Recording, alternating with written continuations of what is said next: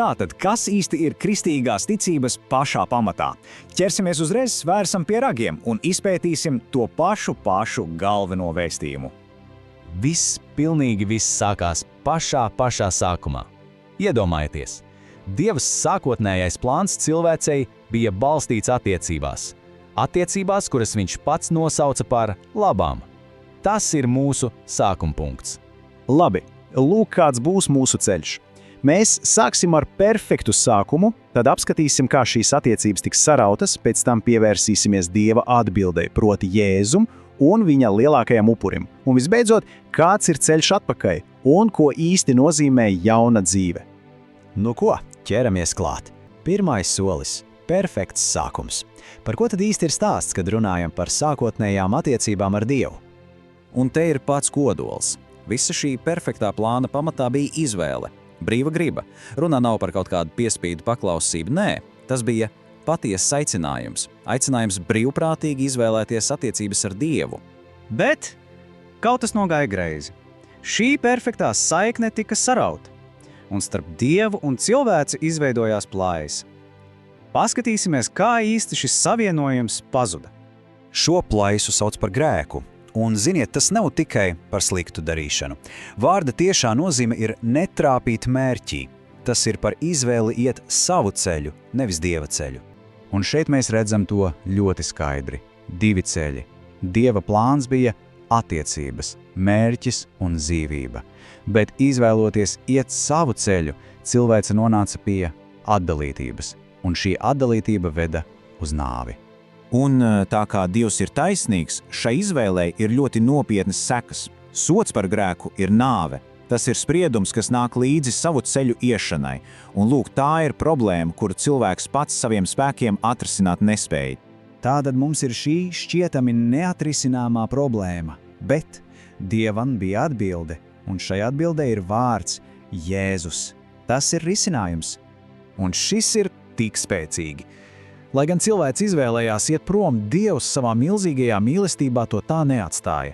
Viņš pats iejaucās. Viņš deva savu vienīgo dēlu, Jēzu Kristu, lai uzceltu tiltu pāri šai plaisai. Tātad, kas ir Jēzus? Pirmkārt, viņš bija ideāls piemērs. Jēzus parādīja, kāda dzīve bija iecerēta Dieva plānā. Bet viņš bija daudz vairāk nekā tikai piemērs. Jēzus Kristus bija pats Dieva risinājums. Tieši viņš bija Dieva atbilde uz grēka problēmu. Un tas mūs noved pie paša stāsta kulminācijas, pie lielākā upura, pie cenas, ko samaksāja Jēzus.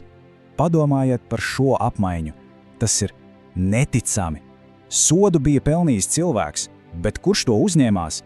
Jēzus Kristus. Viņš, kurš bija pilnīgi bezgrēcīgs, brīvprātīgi paņēma uz sevi sodu, kas pienācās mums. Jēzus samaksāja šo parādu.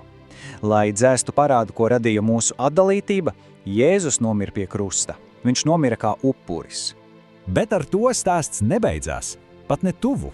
Pēc 3 dienām pilnīgi viss mainījās. Jēzus augšām celās no mirušajiem. Un tā nebija tikai atgriešanās dzīvē. Tā bija galīgā uzvara.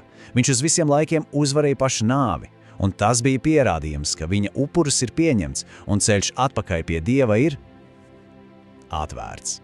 Tātad Dievs ir devis risinājumu, ceļš ir vaļā.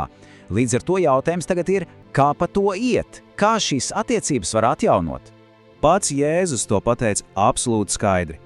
Viņš neteica, ka parādīs ceļu. Viņš teica, es esmu ceļš, patiesība un dzīvība. Vienīgais ceļš atpakaļ pie Dieva tēva. Viss ir ielikts 3 ļoti skaidros praktiskos soļos. Atgriezties pie Dieva, lūgt piedošanu, un tad 3. solis, kas ir izšķirošs, ticēt un apliecināt to skaļi. Bet ko tad īsti nozīmē ticēt un apliecināt? Tas nozīmē no visas sirds ticēt, ka Jēzus Kristus ir Dieva dēls, ka tieši viņš uzņēmās to sodu, kuru bijām pelnījuši mēs, ka viņš nomira pie krusta.